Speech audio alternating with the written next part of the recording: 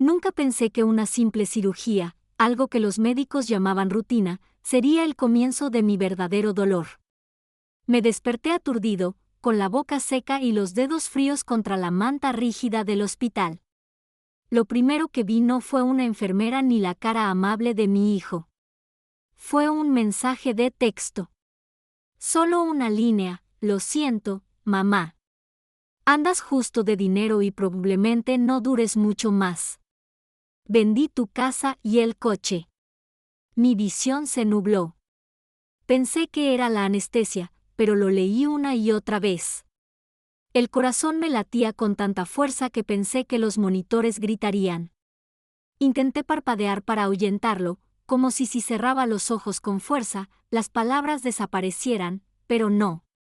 Me quedé allí tumbado, con el olor a antiséptico arañándome la garganta, escuchando el pitido constante del monitor cardíaco, que parecía hacerse más fuerte con cada latido. Traición, de esas que te pudren por dentro. Recordé cada noche que me quedaba despierta esperando lo de adolescente, cada almuerzo que preparaba, cada cuenta que apenas podía pagar después de que su padre nos dejara. Creía que el amor nos anclaría, que por mucho que nos desviáramos, nos reencontraríamos. Pero el amor sin respeto es como un arma cargada. Y hoy, él apretó el gatillo. Quería gritar, arrancarme la vía intravenosa, llamarlo y exigirle una explicación. Pero mis manos no dejaban de temblar. Las apreté contra el pecho, intentando contener todo el ruido, el dolor, la rabia, la humillación que me hervía bajo la piel. Vendió mi casa, mi hogar, el lugar donde planté rosas el año en que nació, la cocina donde le enseñé a hacer huevos revueltos, la habitación donde una vez susurré todas las oraciones que sabía por su seguridad. Y también vendió mi coche, mi último pedazo de libertad. No solo estaba perdiendo un techo y 4 ruedas. Estaba perdiendo la historia de mi vida, capítulo a capítulo, todo en un momento desgarrador. Entró una enfermera, preguntándome sobre opciones para desayunar, y me di la vuelta. No quería huevos. No quería avena. Quería despertar en un mundo donde mi hijo no me hubiera traicionado por un puñado de dólares. Pensé que ya había sobrevivido a mis peores días. Pero mientras yacía allí, con las palabras de mi hijo ardiendo en mi mente, me di cuenta de que mi verdadera lucha apenas comenzaba. Intenté llamarlo. Mi dedo se tambaleaba por la pantalla, temblando tan violentamente que casi se me cae el teléfono. Pero cada vez que pulsaba llamar, saltaba directamente al buzón de voz. Envié un mensaje: ¿por qué? ¿A dónde voy? Contéstame, por favor. Nada. Llamé una y otra vez. Bloqueado. Sentí que había tenido una pesadilla. Una enfermera entró a revisarme las constantes vitales, tan alegre como siempre, con sus suelas de goma chirriando en el suelo. La observé moverse alrededor de mi cama, ajustando tubos, anotando cifras, como si el suelo bajo mis pies no se hubiera derrumbado. ¿Estás bien?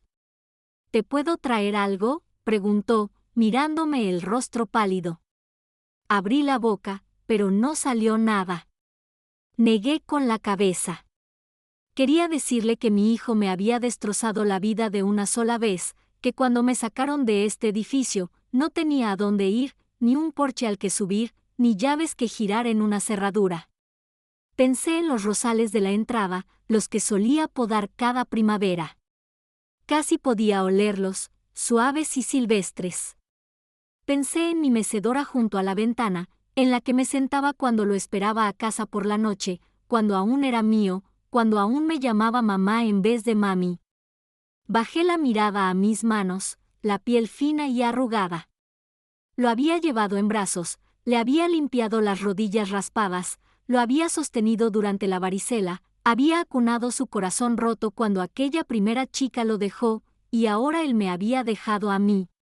Me volví hacia la pequeña bandeja junto a mi cama. Había un vaso de papel con pastillas que no recordaba haber pedido. Me las tragué secas. Sentía la garganta irritada, como si hubiera estado gritando durante horas. La enfermera me puso una mano en el brazo, una amabilidad que casi me hizo sollozar.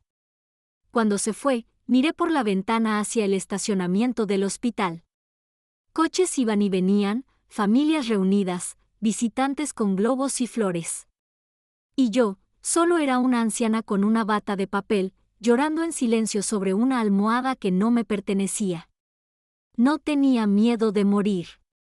Tenía miedo de despertar mañana y darme cuenta de que ya no tenía ningún lugar al que pertenecer. No sabía entonces que ese era el momento en que dejé de ser una madre para él. Pero también fue el momento en que empecé a convertirme en algo más, en alguien más. A la mañana siguiente, me desperté con la misma pregunta atormentándome: ¿cómo pudo hacer esto? Me quedé allí tumbada, escuchando el pitido de las máquinas, el andar de las enfermeras en el pasillo, el zumbido sordo del televisor de alguien en otra habitación. Todo ese ruido, y aún así me sentía como si flotara en una cueva vacía.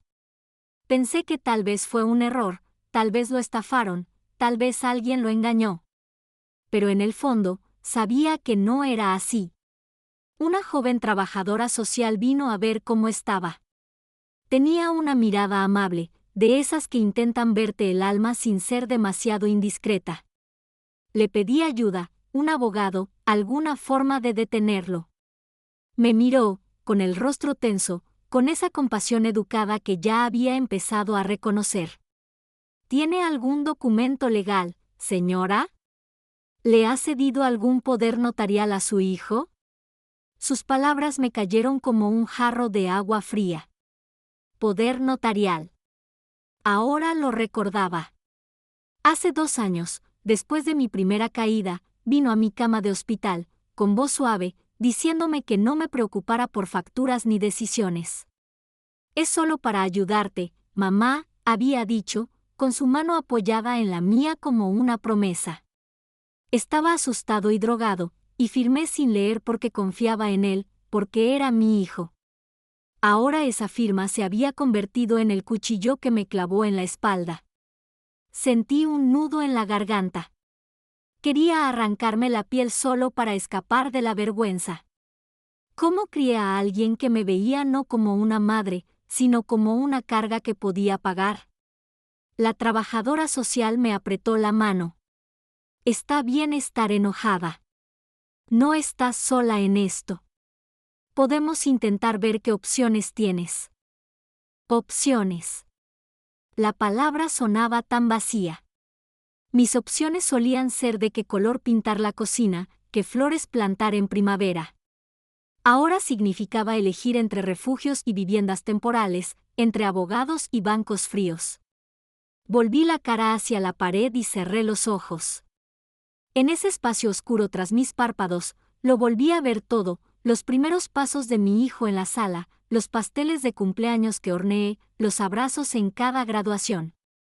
Cada recuerdo se retorcía ahora, como una cuerda que se apretaba alrededor de mis costillas. No solo lloraba mi casa ni mi coche. Lloraba los últimos vestigios del chico que creía conocer. Y allí, tumbada en esa habitación estéril, me di cuenta de algo que casi me paraliza el corazón. Él no me quería. De verdad. No como yo lo quería. No lo suficiente como para protegerme. Me quedé despierta toda la noche después de eso, mirando al techo, repasando cada pequeño momento que condujo a esta traición. Esa fue la noche en que dejé de esperar a que me salvara y empecé a imaginar cómo me salvaría yo misma. No había comido en 2 días. Cada bandeja que me traían las enfermeras era como una extraña sentada en mi regazo, pidiéndome que fingiera que la vida era normal.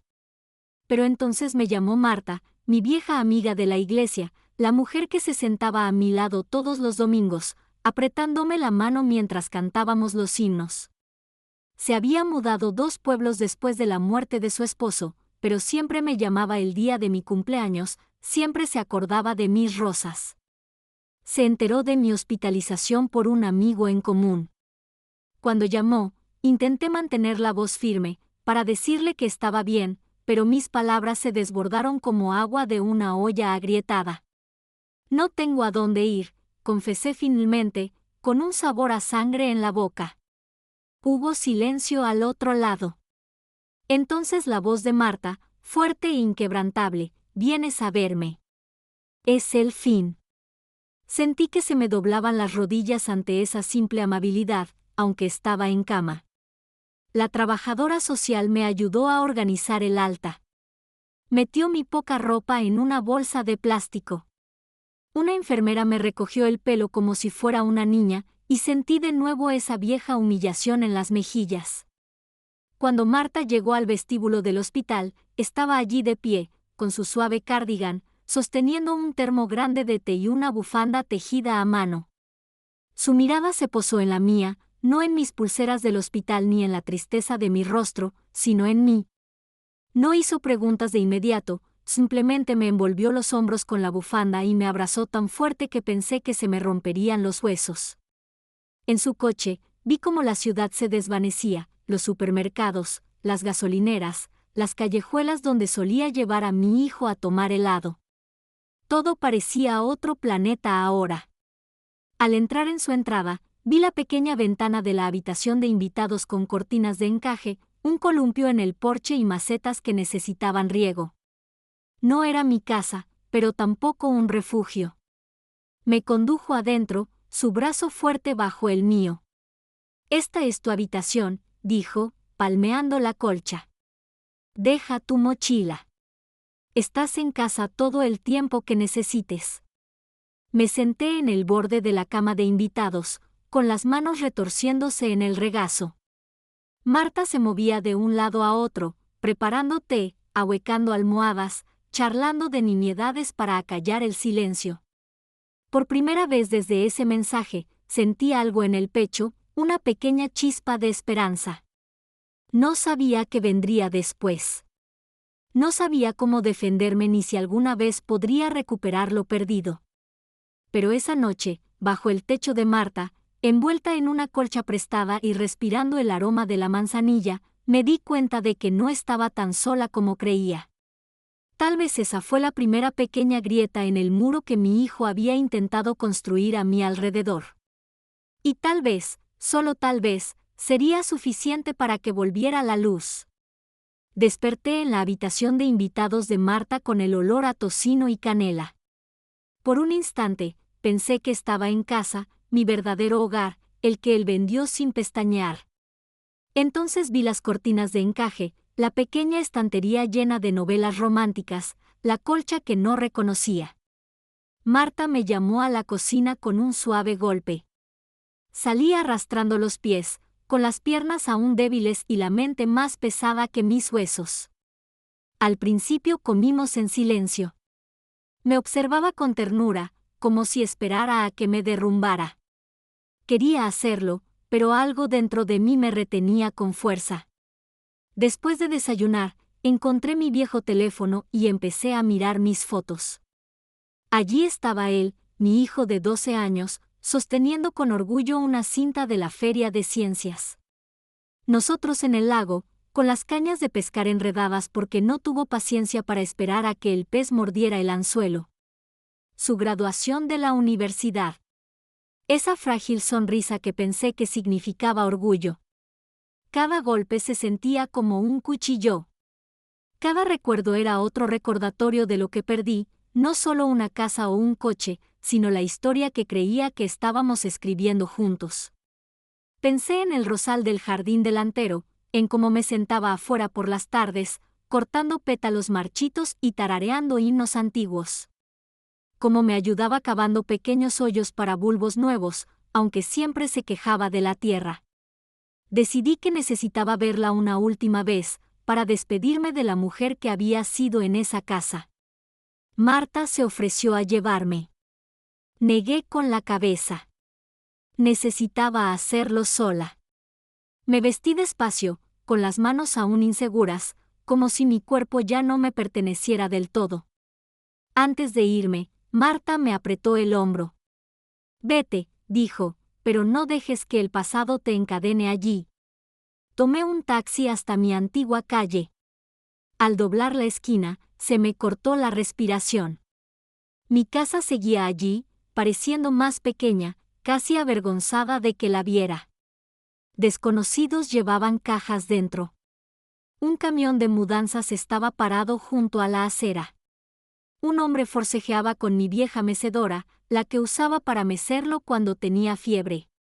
No salí enseguida, solo me senté en el asiento trasero, agarrando mi bolso con tanta fuerza que se me pusieron los nudillos blancos. Finalmente, salí y me senté en un banco del parque al otro lado de la calle. Los vi llenar la casa con sus risas y sus horribles contenedores de plástico. Me pregunté si alguna vez sentirían el amor que bordaba en esas paredes, las oraciones que susurraba en cada habitación. Me quedé allí sentada hasta que el sol se puso y los nuevos dueños cerraron la puerta. Entonces, en ese momento de tranquilidad, me di cuenta de algo que me asustó tanto como me liberó: esa casa ya no era mía. Y tal vez, de una forma aguda y dolorosa, él tampoco. Me levanté lentamente, con las rodillas crujiendo. Me di la vuelta antes de poder cambiar de opinión. No miré atrás, no porque no me doliera, sino porque sabía que la única manera de seguir adelante era empezar a caminar. Cuando regresé a casa de Marta, estaba en el jardín, arrodillada junto a sus tomateras. Levantó la vista y me vio la cara, y no tuve que decir ni una palabra. Simplemente me abrió los brazos. Dejé caer mi bolso en la pasarela y me dejé abrazar. Mi cuerpo se estremecía como si intentara soltarme. Más tarde, nos sentamos a la mesa de su cocina con tazas de té suave. La luz de la tarde se deslizaba por el suelo de linóleo como una ola lenta.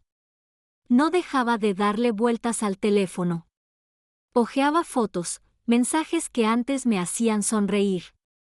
Todos parecían fósiles ahora, prueba de una vida que antes era cálida y plena.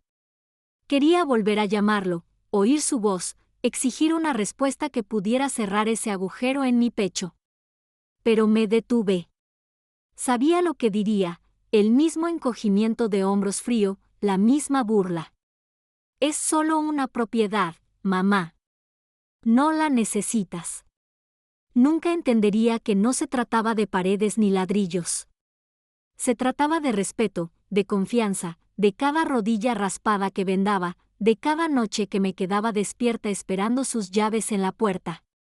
Marta me sirvió otra taza de té. Se movía con cuidado, como si temiera que me hiciera añicos. «Necesitas ayuda», dijo finalmente, con voz tranquila pero firme, «no solo una cama o comida. Necesitas a alguien que luche por ti». Sacó una tarjeta de visita de un cajón. «Su primo, abogado». «Llámalo», insistió. «Él conoce este tipo de casos». «No estás indefenso. Simplemente te sientes así porque él quiere que lo hagas». Me quedé mirando la tarjeta. El nombre se desdibujaba tras mis lágrimas. Impotente. Esa palabra llevaba semanas rondando mi mente, royéndome el alma como una rata. Respiré hondo y miré a Marta. Sus ojos no vacilaron. En ese momento me di cuenta de que me veía, de verdad me veía, no como una carga, ni como un obstáculo, sino como una persona. Asentí, apretando la tarjeta con la mano como un salvavidas. Esa noche no pude dormir. Me senté en la oscura habitación de invitados, con la luna filtrándose como un testigo silencioso. Pensé en la mujer que había sido, tranquila, generosa, siempre limando asperezas, siempre diciendo, «Está bien. Me las arreglaré». Pero quizá ya no estaba bien. Quizá era hora de dejar de gestionar y empezar a reclamar. El fantasma de mí que se había sentado en ese banco del parque hoy se desvanecía. En su lugar, algo nuevo comenzaba a surgir en mi interior. Ni rabia ni venganza, sino determinación. A la mañana siguiente, llamé al abogado. Mi mano permaneció sobre el teléfono un buen rato antes de marcar el número. Me sentí como si estuviera pisando un puente estrecho en medio de una tormenta, tembloroso, sin saber si aguantaría. Cuando respondió, su voz era enérgica y profesional. Soy Robert. Abrí la boca y, por un instante, solo salió aire. Entonces, las palabras salieron atropelladamente: la consulta, el mensaje, la casa, el coche, los papeles que firmé sin pensar. Mi voz me sonó débil y extraña, como si perteneciera a otra mujer asustada. Se hizo un silencio al terminar. Me preparé para la compasión, o peor aún, la indiferencia. Pero Robert no suspiró ni me despidió. Su voz era baja y firme. No estás tan atascado como crees, dijo. Si te obligaron o no estabas en plenas facultades al firmar esos papeles, podemos luchar. Podemos impugnar la venta. Lucha. La palabra se deslizó por mis venas como una descarga de café fuerte. Me explicó los pasos lenta y cuidadosamente: historial médico, prueba de salud mental, evidencia de coerción. Mientras hablaba, sentí que mi respiración se ralentizaba, mis hombros se relajaban, solo un poco. No era una promesa de victoria. Ni siquiera era una promesa de recuperar mi casa, pero era una promesa de ser escuchado. Cuando colgué, Marta me esperaba en la puerta con el trapo de cocina enrollado en las manos. No preguntó qué le había dicho. Simplemente se acercó y me apretó los brazos. Él te ayudará, dijo. Te mereces ayuda. La miré y, por primera vez desde aquella cama de hospital, sentí una especie de calor que me recorría el pecho. Ya no era solo una anciana con una bata de papel. Ya no era una madre indefensa esperando migajas de cariño de un hijo que ya me había entregado la vida. Era una mujer con un abogado, con pruebas, con un plan. Esa tarde, Marta y yo nos sentamos a la mesa de su cocina, revisando todos los papeles que pude encontrar: viejos expedientes médicos, extractos bancarios, mi carpeta de documentos importantes. Hizo una lista en un bloc de notas amarillo, con una letra rápida y nítida. Sentí como si estuviéramos remendando un barco que se hundía juntas, cubo a cubo. Pero por una vez, no me sentí sola en la oscuridad. Esa noche, mientras yacía en la cama de invitados mirando el techo agrietado, oí mi propia voz resonar en mi cabeza: si te quisieran, te honrarían. Por fin lo comprendí. Callada no significaba débil. Y amor sin respeto, eso no era amor en absoluto. Mañana empezaría a luchar. Aunque me temblaran las manos, aunque me fallaran las rodillas, lucharía por mi casa, por mi nombre, por la mujer que casi había olvidado que aún podía ser. El despacho del abogado olía a polvo y papel viejo, el tipo de lugar donde los secretos iban a morir o a renacer. Robert estaba sentado tras un pequeño escritorio desordenado, con las gafas bajas sobre la nariz. No me miró como si fuera frágil. Me miró como si fuera una clienta, alguien con sistema, con derechos, no solo una historia triste. Rebuscó mi historial médico, entrecerrando los ojos para leer las fechas. Su cirugía fue grave, dijo, tocando la página. Sería fácil argumentar que usted estaba bajo presión física y mental cuando firmó ese poder notarial. Coacción. Esa palabra me supo rara. Se recostó, juntó las manos. Si podemos demostrar que te manipuló, que actuó de mala fe, podemos impugnar la venta. Podemos congelar las ganancias antes de que vacíe la cuenta. Un escalofrío me recorrió la espalda porque en ese momento comprendí que no era solo traición. Era robo. Era violencia de una forma que la policía no se presentaría. Robert me entregó una lista de documentos para recopilar: extractos bancarios, mensajes de texto, cualquier cosa que pudiera mostrar la historia tras las firmas.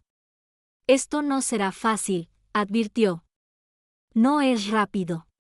No es delicado, pero es posible. Asentí, apretando el papel con tanta fuerza que se arrugó en la palma de mi mano. Salí de su oficina con el corazón latiéndome como si hubiera corrido una milla cuesta arriba. El sol afuera se sentía demasiado brillante, demasiado fuerte. La gente pasaba apresurada junto a mí en la acera, cargando la compra, de la mano de los niños, riéndose por teléfono. Quería gritarles, vendió mi vida mientras dormía en una cama de hospital. Pero no lo hice. Seguí adelante, paso a paso, cada uno con un pequeño desafío. Cuando regresé a casa de Marta, me esperaba en el porche. Le entregué la lista del abogado con manos temblorosas. La leyó despacio, con los labios apretados. Luego levantó la vista y sonrió. Va a ser una lucha, dijo. Y no lucharás sola. Esa noche, nos sentamos en su cocina a ordenar documentos en pilas ordenadas. Le conté historias mientras trabajábamos, sobre mi antiguo jardín de rosas, sobre la primera vez que mi hijo montó en bicicleta sin rueditas, sobre los pastelitos de cumpleaños que solía prepararle. Cada historia era como sacarme una espina de la piel. Marta no me interrumpía. Simplemente escuchaba, con los ojos húmedos a veces, sus manos moviéndose con la firmeza de un metrónomo. Antes de dormir, me miré al espejo.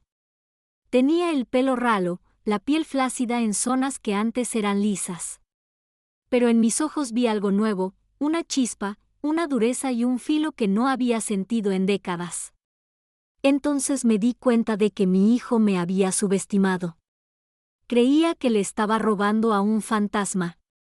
Pero no me había ido. Seguía aquí, y venía a por todo. Empecé a trasnochar.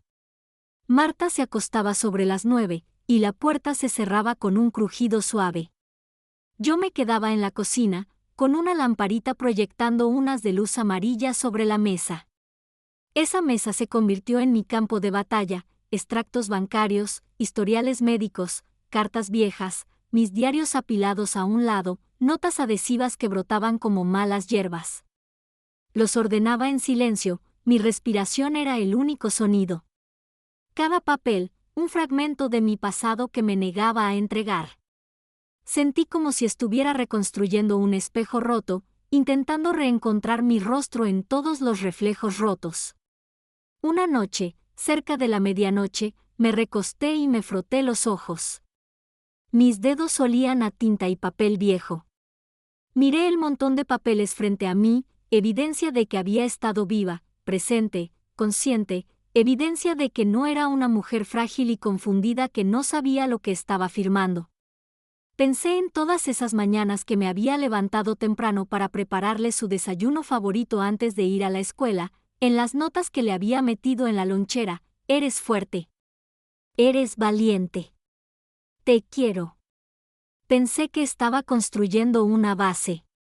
Resultó que estaba construyendo una cuerda que luego usaría para ahorcarme. Una repentina oleada de dolor me invadió.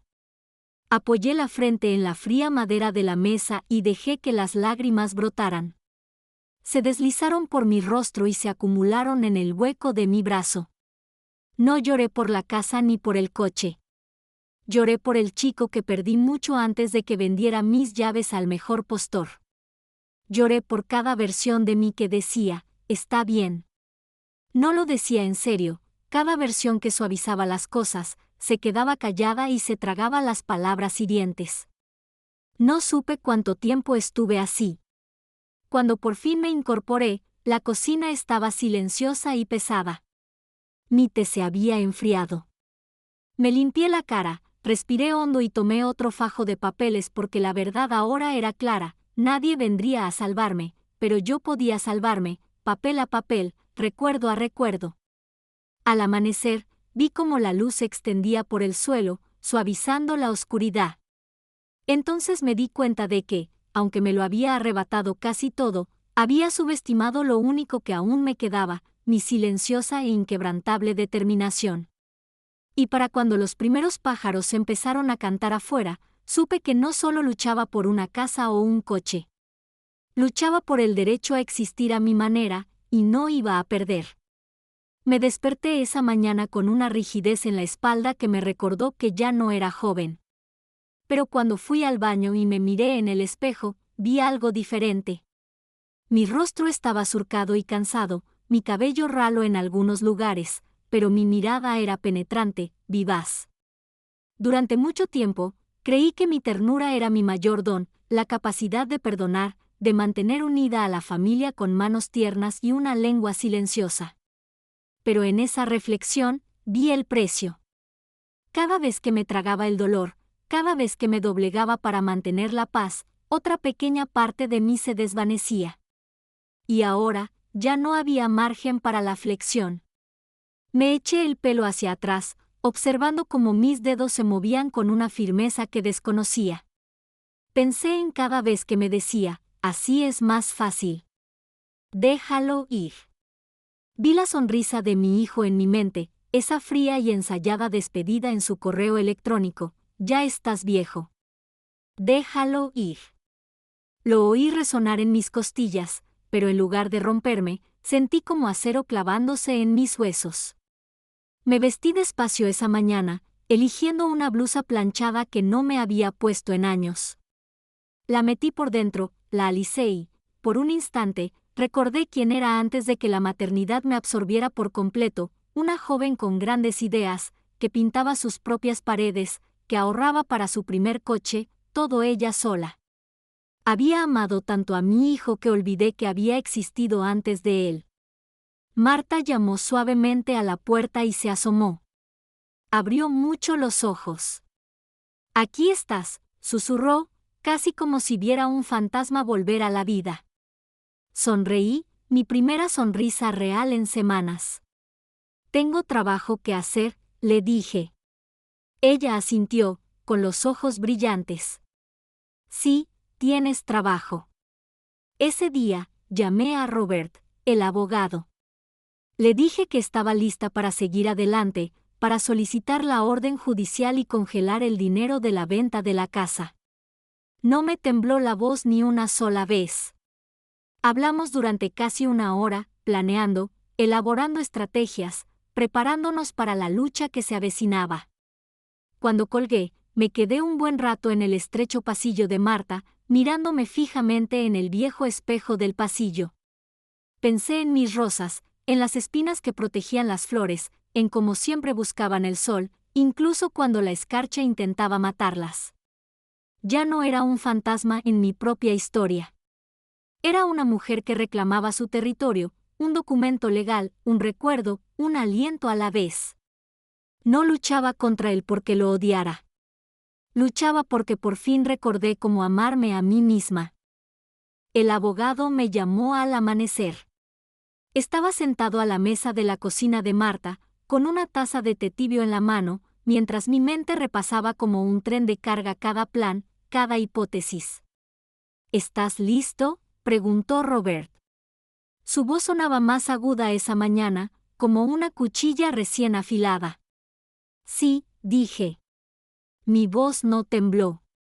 Presentamos la orden judicial para congelar los fondos de la venta de la casa y el coche antes de que pudiera retirarlos u ocultarlos. Fue como accionar la palanca de una máquina gigante, irreversible, un ruido sordo en mi pecho, silencioso para el mundo exterior. Marta me observaba desde el otro lado de la mesa, con las manos apretadas alrededor de su taza. Cuando colgué el teléfono, la miré, el corazón me latía tan fuerte que creí oírlo resonar a través del suelo. «Hecho», susurré. Se levantó, se acercó y pegó su frente a la mía como si fuéramos dos niños escondiéndose de una tormenta. Esa tarde, Marta empezó a llamar a sus amigas, a las feligresas, a los viejos vecinos, a cualquiera que me hubiera visto durante mi estancia en el hospital, a personas que pudieran comprender mi estado mental, que pudieran decir, ella estaba consciente. Era coherente. No era una mujer que entregara su vida voluntariamente. Uno a uno, fueron llegando a la casa, trayendo pasteles y guisos usados, como si estuviéramos planeando un velatorio. Pero esto no era un funeral. Era un alzamiento. Nos sentamos alrededor de la mesa de la cocina de Marta, con papeles esparcidos por todas partes. Tenían las manos desgastadas y nudosas, la voz a veces quebrada, pero cada mujer allí sentada tenía una fuerza de voluntad inquebrantable. Recordaban cómo dirigía los ensayos del coro, organizaba cenas comunitarias y llevaba a vecinos enfermos a sus citas. Recordaban la mujer que era antes de que la traición lo eclipsara todo.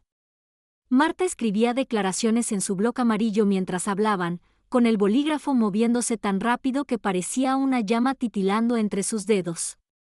Los observé, con el corazón henchido y roto a la vez. Por primera vez en meses, sentí que los muros de mi soledad empezaban a derrumbarse. No era solo una madre anciana abandonada. Era una mujer con un pueblo. Al anochecer, la mesa estaba cubierta de notas y testimonios. Mis ojos estaban secos y afilados, sin lágrimas que derramar. Antes de acostarme, me detuve en la puerta de Marta. Miré la noche silenciosa, las estrellas apenas visibles tras las farolas. En algún lugar, mi hijo probablemente se reía, pensando que había ganado, que yo era solo un viejo fantasma demasiado cansado para luchar. Pero en esa puerta oscura, sentí la verdad enroscarse en mi interior como una promesa. Me había subestimado por última vez. Mañana aprendería exactamente lo que significaba traicionar a una mujer que había pasado toda su vida amando en silencio y que finalmente había decidido amarse más a sí misma. Apenas dormí esa noche. Mi corazón latía con fuerza como botas pesadas en un pasillo vacío. Yacía en la cama de invitados de Marta, mirando el techo mientras las sombras se extendían sobre él, sintiendo cada hora pasar como una ola de frío en mi piel. Al amanecer, me paré junto a la ventana y observé cómo el cielo se tiñe de luz. Hoy era el día. Hoy, recuperé mi vida. Me vestí despacio, con cuidado. Cada botón, cada pliegue, parecía una armadura. Me puse mi suéter más suave, ese en el que mi hijo hundía la cara de pequeño. Casi lo arranqué, pero me detuve. Este era mi suéter, mi historia. Lo usaría a mi manera. Robert llamó justo después del amanecer. Está archivado, dijo con voz aguda y decidida. Los fondos están congelados desde este momento. Sentí un movimiento en mi interior, una ruptura de presa, una exhalación lenta y profunda que ni siquiera sabía que había estado conteniendo. Una hora después, llamaron a la puerta de Marta. No necesité mirar. Conocía ese golpe. Marta me miró fijamente. Me puse de pie lentamente, alisándome el pelo. No pasa nada, dije, aunque mi voz salió baja y dura. Cuando abrí la puerta, allí estaba, mi hijo. Tenía la cara roja, deformada por una furia que nunca le había visto, o quizás sí, pero siempre había fingido que era estrés, cansancio, cualquier cosa menos lo que realmente era. ¿Crees que puedes congelar mi dinero?, gritó antes de que pudiera abrir la boca. Marta estaba detrás de mí, silenciosa pero firme como una pared. Salí al porche, el aire de la mañana me calentaba los pulmones. Me temblaban las rodillas, pero me esforcé por mantenerlas firmes. Sí, dije. Mi voz sonaba tranquila, casi demasiado tranquila. Puedo. Y lo hice. Me miró fijamente, abriendo y cerrando la boca como un pez jadeando. Estás loco. Estás viejo. Ni siquiera sabes lo que haces.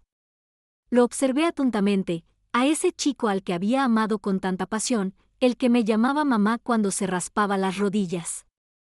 Pero el hombre que tenía frente a mí ahora era un extraño con el rostro de mi hijo. No sentí lástima, ni necesidad de consolar, solo una claridad silenciosa y cortante. Sé exactamente lo que hago, dije. Y te veré en el tribunal. Apretó los puños a los costados. Dio un paso al frente y Marta se acercó más. Por primera vez, vi un destello de miedo en sus ojos porque comprendió que no estaba sola. No era la madre silenciosa y obediente que él creía poder manipular con medias verdades y culpa. Era una mujer que había encontrado su fuerza, su voz y su poder, y no iba a devolvérselos. Se dio la vuelta, bajando del porche a trompicones, gritando maldiciones que resonaron por la calle. Lo vi marcharse hasta que desapareció por la esquina. Entonces cerré la puerta.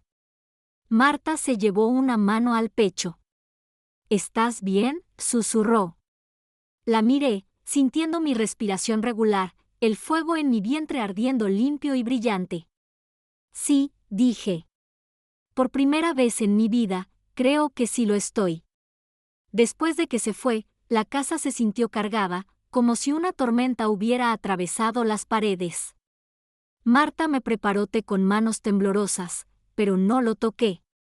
Me quedé de pie en el pasillo, escuchando el eco de sus maldiciones aún resonando en mi pecho. Robert llamó. La fecha del juicio se fijó antes de lo esperado. Esperaba que el miedo me invadiera como una marea, pero no fue así. Lo que sentí fue algo más frío, más afilado, como acero deslizándose en su lugar. El día de la audiencia, me puse mi mejor ropa de domingo, una falda azul marino, la blusa con el pequeño bordado en el cuello, la que usaba para bautizos y funerales, en los momentos en que la vida me exigía estar presente. Cuando entré en la sala, él ya estaba allí, recostado en su silla como un adolescente aburrido, con la mirada fija en su teléfono. Levantó la vista y me vio, de verdad me vio. Y vi cómo su rostro se transformaba. Por un instante, volvió a aparecer un niño pequeño, pillado con las manos en la masa con un jarrón roto. Pero pasó. Sus labios se curvaron en la misma sonrisa burlona. El abogado habló en voz baja. Se revolvieron los papeles. El juez carraspeó. Permanecí inmóvil, con las manos bien juntas sobre el regazo. Cuando mi hijo subió al estrado, habló con gran encanto, hablando de malentendidos, de la mala comunicación, de lo fácil que me confundía, de cómo solo intentaba protegerme de las malas decisiones. Me quedé allí, inmóvil como una piedra, sintiendo cada mentira caer como pequeñas piedrecitas en las costillas. Entonces llegó mi turno. Me puse de pie lentamente, y toda la sala quedó en silencio. Me temblaban las rodillas, pero no volví a sentarme. Miré al juez, luego a mi hijo, directamente a los ojos. No estaba confundido, dije en voz baja pero firme. Me arriesgué a recuperarme de la cirugía. Era vulnerable, pero no incompetente, y nunca accedí a renunciar a mi hogar. Un silencio invadió la sala como una ráfaga de viento. Saqué mis diarios, los registros de la farmacia, las cartas de testimonio de Marta y las otras mujeres, prueba de mi inteligencia, mi presencia, mi capacidad. Su abogado intentó interrumpir, pero el juez levantó la mano, endureciendo su rostro al revisar las pruebas. Mi hijo se puso rojo, con la mandíbula tensa y los dedos tamborileando sobre la mesa. Lo vi entonces, la grieta en su arrogancia. Cuando el juez anunció que la orden judicial se mantendría y que mi caso para impugnar la venta procedería, sentí que el suelo se solidificaba bajo mis pies por primera vez en años. Me volví hacia mi hijo por última vez. Abrió la boca, tal vez para suplicar, tal vez para escupir más veneno, pero simplemente negué con la cabeza. Ese fue el último momento en que lo vi como mi hijo. Salí de aquella sala con la mayor altura que me había sentido en décadas. Afuera, Marta esperaba con los brazos abiertos. Me dejé caer en ellos, dejando escapar un suspiro que ni siquiera sabía que estaba conteniendo. Por fin lo había enfrentado. Y en aquella sala fría y resonante, recuperé no solo mi casa, sino mi nombre. Ya no era la madre que decía que sí a todo. Era la mujer que por fin decía que no, y lo decía en serio. Cuando el juez anunció el veredicto, sentí como si se me llenaran los oídos de agua. Todo se apagó, se ralentizó, como si estuviera bajo el agua. Pero entonces su voz me interrumpió: el tribunal falla a favor del demandante. Las ventas impugnadas quedan congeladas, a la espera de una investigación completa. El poder notarial queda revocado, con efecto inmediato. Un silencio invadió la sala, como si todos hubieran olvidado cómo respirar. Miré a mi hijo. Su rostro se había desplomado, una máscara se había desprendido, revelando a un niño pequeño y furioso que creía poder someter a su madre para siempre. Movió la boca, pero no emitió ningún sonido. Miró a su alrededor, buscando a alguien que lo rescatara, que lo justificara, que lo amara, pero no quedaba nadie para hacerlo. Sentí que un peso se me quitaba de encima de repente, años de culpa, de desesperarme, de decirme a mí misma que no lo decía en serio, que solo estaba estresado, que algún día volvería. En ese momento, supe que nunca lo haría, y no quería que lo hiciera. El alguacil ordenó, pero mi hijo empezó a gritar: «Miente. Está loca. No la conoces como yo». Su voz se quebró al final, y por un instante, vi al bebé que solía ser, pero no me conmovió. Me volví hacia el juez. «Gracias», dije. Mi voz era suave pero firme, mía, completamente mía. Robert me acompañó fuera de la sala, con su mano suspendida sobre mi espalda como si yo fuera algo precioso, algo frágil y feroz a la vez. Afuera, el sol de julio brillaba y penetraba con fuerza sobre las escaleras del juzgado. Marta esperaba con un ramo de flores silvestres en las manos, equináceas moradas, margaritas, ramilletes de gisálida. Me las entregó con los ojos brillantes. «Lo lograste», susurró. Apreté las flores contra mi pecho, los pétalos temblaban tanto como mis manos. «Se acabó», dije. Pero ella negó con la cabeza suavemente. «No», dijo. «Apenas empieza». Miré a la gente pasar, los coches que se arrastraban por la calle, el cielo infinito. Por primera vez en años, sentí que podía verlo todo, cada color, cada borde. Mi hijo me había visto como una puerta que podía empujar cuando quisiera. Hoy, la cerré de golpe. Perdí a un hijo en ese tribunal, pero encontré algo mucho más sagrado, a mí misma. Y mientras bajaba las escaleras del juzgado, con flores en la mano, sentí que cada parte rota de mi interior comenzaba a recomponerse. Era libre, y nunca más cambiaría esa libertad por el amor de nadie.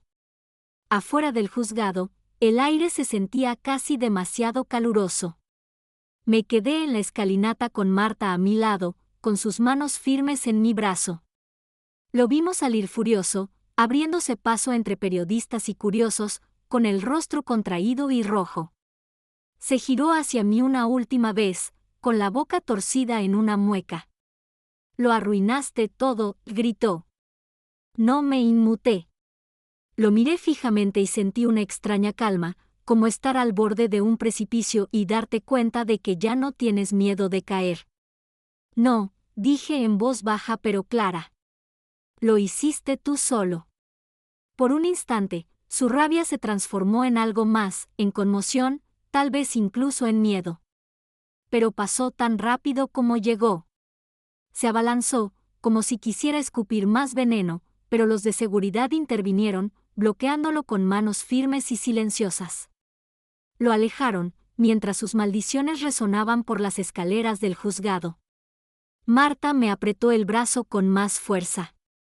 «Déjalo ir», susurró, y lo hice. Vi su espalda desaparecer en la calle, y con cada paso que se alejaba de mí, me sentía más ligera. Robert salió entonces, revolviendo una carpeta de papeles. «Lo logramos», dijo simplemente. Asentí. Sentía las rodillas débiles, pero no por miedo, sino por la liberación de haber cargado con ese pesado silencio durante tantos años. Pensé en cada cena en la que me callé, en cada cumpleaños en el que fingí que no había tensión, en cada vez que me decía a mí misma que ser madre significaba perdón infinito. Se acabó. Volvimos a casa de Marta esa tarde. Al llegar a casa, los vecinos empezaron a llegar, uno a uno, trayendo pasteles y té dulce, tarros viejos de mermelada, ofrendas sureñas de consuelo. Me abrazaron fuerte, algunos llorando, otros simplemente tomándome la mano por un momento. Me llamaban valiente. Me llamaban fuerte. Pero por dentro, me sentía real, completa. Marta y yo nos sentamos en el porche mientras el sol se ponía, con su gato acurrucado entre nosotras. Me dio un vaso de limonada. ¿Y ahora qué?, preguntó. Observé sus rosas, que florecían salvajes y tercas a lo largo de la cerca. Ahora, dije lentamente, sintiendo cada palabra en mi boca como una plegaria, recupero mi vida, poco a poco. Ella asintió, con la mirada suave, aliviada y orgullosa. Ya no necesitaba la aprobación de mi hijo, no necesitaba su presencia para sentirme valiosa. Se fue solo con su amargura, y yo me quedé con mi libertad, mi dignidad y un futuro que, por primera vez en décadas, me pertenecía por completo. 2 días después del juicio, volví al juzgado para finalizar el papeleo con Robert. Esperaba que fuera rápido, firmas, un apretón de manos, una despedida discreta de ese capítulo. Pero al salir a la acera después, él estaba allí, mi hijo. Estaba de pie junto a una farola, con las manos metidas en los bolsillos y la mirada clavada en mí. Por un momento, pensé que se disculparía. Una pequeña y vacilante esperanza surgió en mi pecho, el último y frágil remanente del amor de una madre. Pero abrió la boca, y esa esperanza se desmoronó antes de siquiera formarse. ¿Crees que eres mejor que yo ahora?, susurró. ¿Crees que unos papeles viejos y un grupo de vecinos chismosos te hacen fuerte? Su voz cortó el aire de la mañana como una cuchilla oxidada. Los transeúntes aminoraron el paso, observándonos con el rabillo del ojo. Sentí que mi corazón latía con fuerza, y luego se asentó en un ritmo constante. Me acerqué, tanto que pude ver las manchas rojas en sus ojos cansados. No creo ser mejor que tú, dije. Lo sé porque nunca vendí mi alma por $1. Su rostro se contorsionó, la rabia se reflejaba en cada línea. Se abalanzó, intentando pasar a empujones, quizá para agarrarme, quizá solo para demostrar que aún podía. Pero antes de que pudiera tocarme, 2 guardias de seguridad del juzgado se abalanzaron sobre él, bloqueándolo. Rugió, escupiendo insultos, sus palabras se atropellaban, salvajes y cortantes. No me inmuté, ni una vez. Lo miré a los ojos y sentí que algo dentro de mí encajaba, como una cerradura que giraba por última vez. Ya no eres mi hijo, dije, casi un susurro, pero él lo oyó. Oh, lo oyó. Los guardias empezaron a tirar de él. Sus maldiciones resonaron en las paredes de mármol, rebotando hacia él como fantasmas. Y allí me quedé, sola, pero más alta que nunca en mi vida. Cuando las puertas se cerraron tras él, la calle volvió a quedar en silencio. Me llevé una mano al corazón y lo sentí fuerte, firme, completamente mío. Me di la vuelta y me alejé sin mirar atrás. No me sentía vacía. No me sentía triste. Me sentía libre. Le había dado todas las oportunidades, todos los sacrificios, cada dulzura que había en mí. Y ahora, reclamaba lo que quedaba, mi paz, mi nombre.